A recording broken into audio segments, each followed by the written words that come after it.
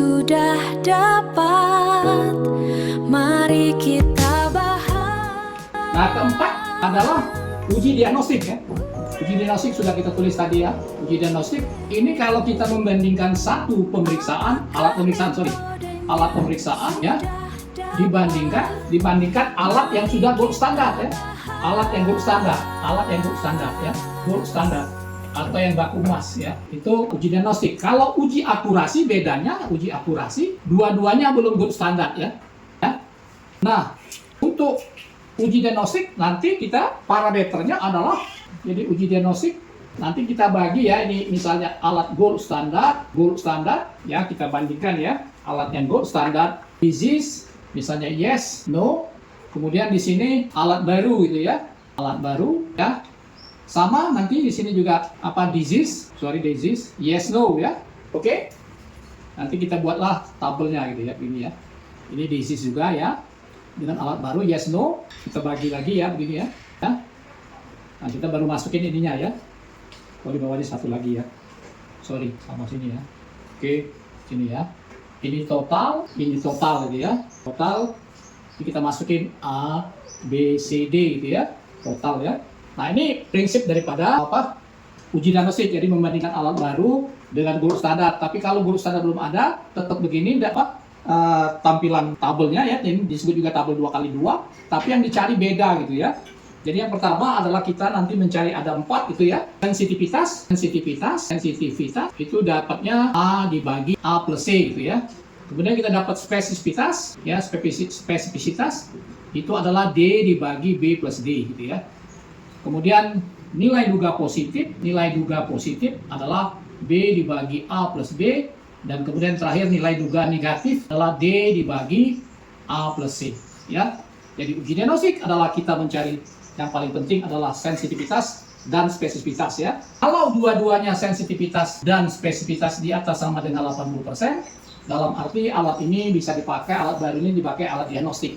Tapi bila salah satu saja yang di atas 80%, apakah sensitivitas atau spesifitas, alat ini hanya untuk screening. Itu yang bedanya ya. Jadi sudah 4, jadi case report, case series, prevalence study, dan uji diagnostik. Nah, kemudian yang terakhir, itu yang 3 terakhir itu betul-betul penelitian yang berbau farmakologi, jadi parameternya agak berbeda gitu ya.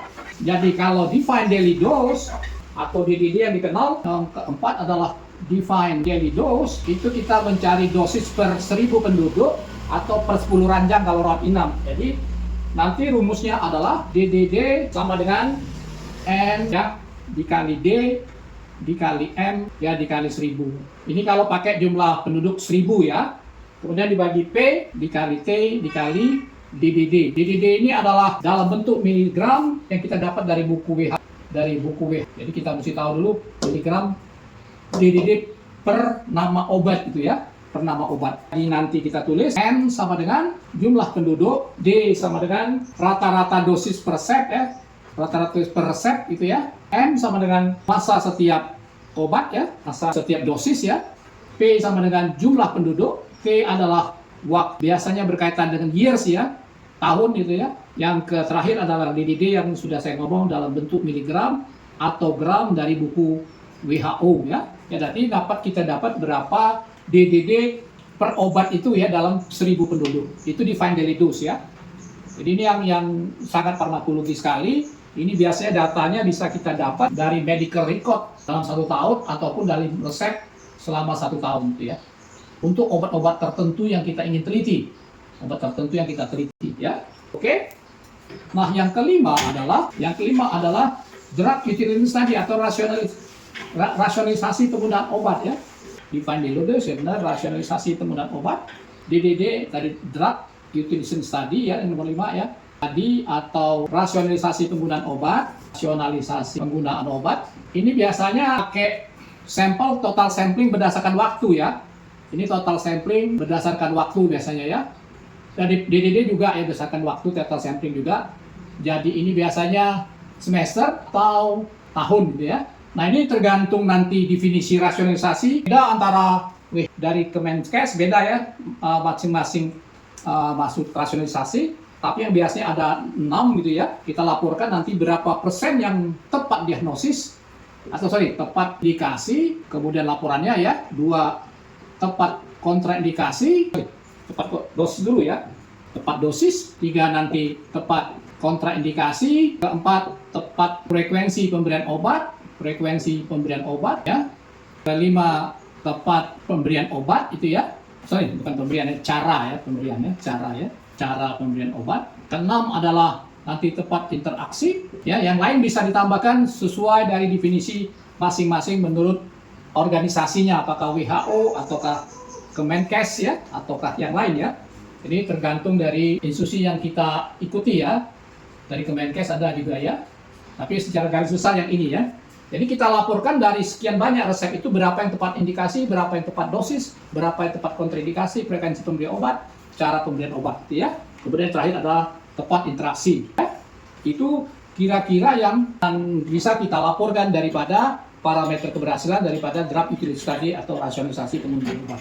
Dan yang terakhir adalah yang ketujuh ya, secular trend analysis atau ekologi studi, trend analysis, itu melaporkan nanti ketepatan atau kesesuaian ya antara mortality rate atau morbidity rate, angka kesakitan, kesesuaiannya dengan penggunaan obat ya, Misal di puskesmas, salah satu puskesmas dilaporkan misalnya morbidity rate-nya infeksi ya.